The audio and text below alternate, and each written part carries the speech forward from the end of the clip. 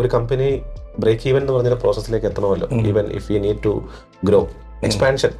ഒരാളെ കമ്പനി ആദ്യം തുടങ്ങുന്നത് ഒരു entrepreneur. He's the staff, he's the driver, he's the everything.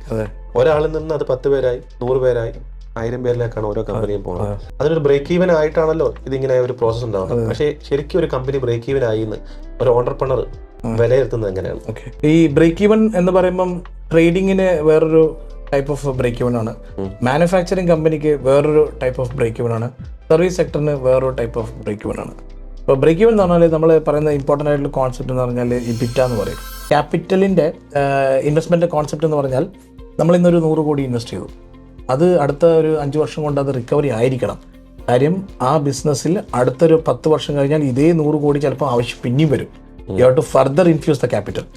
അതാണ് ഇറ്റ്സ് എ ക്യാപിറ്റൽ മോഡൽ എന്ന് പറഞ്ഞാൽ ആൾക്കാർ ഒരിക്കുന്നുണ്ടെങ്കിൽ അടുത്ത 50 വർഷം വരെ ബിസിനസ് ചെയ്യാമെന്നല്ല. ചിലപ്പോൾ 20ാമത്തെ വർഷത്തിൽ കൂടിയും ഈ ഡിപ്രിസിയേഷൻ റിക്കവറി ആയിട്ട് നമ്മൾ റീഇൻവെസ്റ്റ്മെൻറ്റ് ചെയ്യേണ്ടി വരും.